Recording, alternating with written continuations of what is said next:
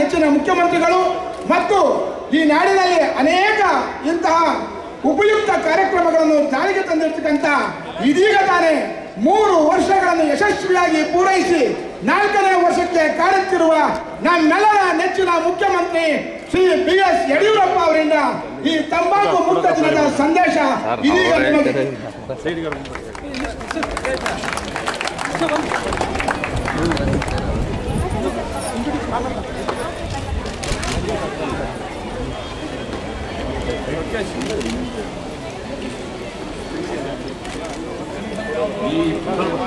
ತಂಬಾಕು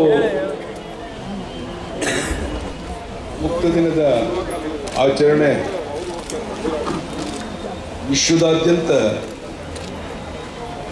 ಜನತೆಯಲ್ಲಿ ಜಾಗೃತಿ ಮೂಡಿಸೋಕ್ಕೋಸ್ಕರ ಈ ತಂಬಾಕು ಸೇವನೆಯಿಂದ ಅನೇಕ ರೀತಿಯ ಕ್ಯಾನ್ಸರ್ ಆದಿಯಾಗಿ ರೋಗ ರುಜಿನಗಳಿಗೆ ನಮ್ಮ ಜನ ತುತ್ತಾಗ್ತಾ ಇದ್ದಾರೆ.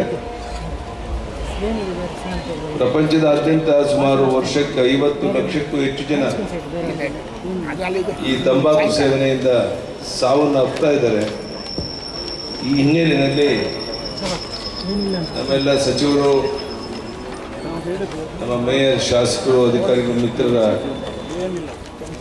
ಅಧಿಕಾರಿಗಳ ಸಮಕ್ಷಮ ಈ ವಿಶ್ವ ತಂಬಾಕು ಮುಕ್ತ ದಿನ ಆಚರಣೆಯನ್ನು ಮಾಡ್ತಾ ಇದ್ದೇವೆ.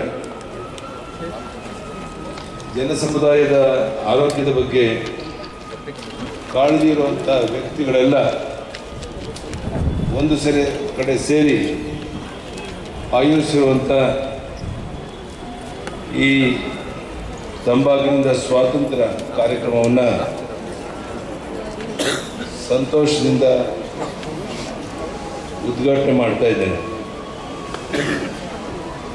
ವಿಶ್ವ ತಂಬಾಕು ಮುಕ್ತ ದಿನವಾದ ಇಂದು ತಂಬಾಕು ಸೇವನೆಯ ಅಪಾಯಗಳ ಬಗ್ಗೆ ಸಾರ್ವಜನಿಕರಲ್ಲಿ ಅರಿವು ಮೂಡಿಸುವ